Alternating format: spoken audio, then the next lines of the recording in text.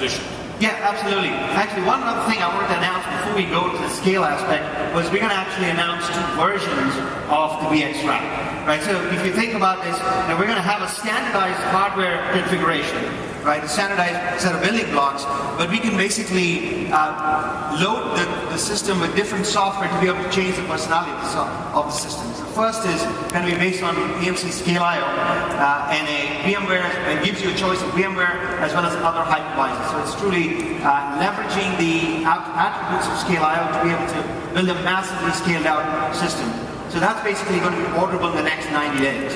We're in the August time frame, we're going to announce the second version of the VX rack, which is going to be entirely optimized for VMware environments. It's based on VMware's Evo Rack technology. Against lots of cool stuff that VMware has done there in terms of the fully software-defined data center construct, management orchestration, really simple to use, ability to get this thing up and running very quickly. So 2 different versions, again, power of the VX rack, same hardware configurations, and going forward, we expect to launch more versions of this. So that's really different personalities when I think about it. Absolutely. Well, I guess I know how small it starts.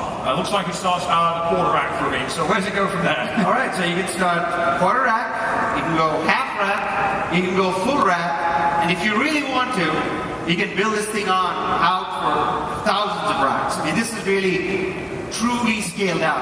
It contemplates software-defined storage, which allows you to be able to pool a lot of these resources across multiple racks and offer them in the application, the inbuilt networking. We've really thought this through in terms of enabling a truly scale-out system here. So this is not something that you're going to have to go and engineer yourself. So massive scale. Can we connect it through vScale architecture for even bigger global scale if you want to build big systems? Absolutely. It's connection to the vScale architecture. And the other really important thing is, one thing we're very proud of is the VCE customer experience.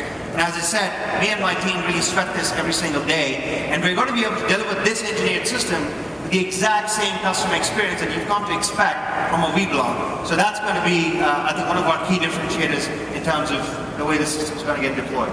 Right, so that's a really key point. I think that leads me to my last question. So I'm sure it's on people's mind. We've got VX racks, that's new.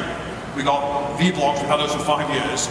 We've said they're both engineered systems, right, and they're both for use in data center environments. So can you explain to everybody what the differences are and what the customer use cases would be that they're optimized around? Yeah, and this is a really important question because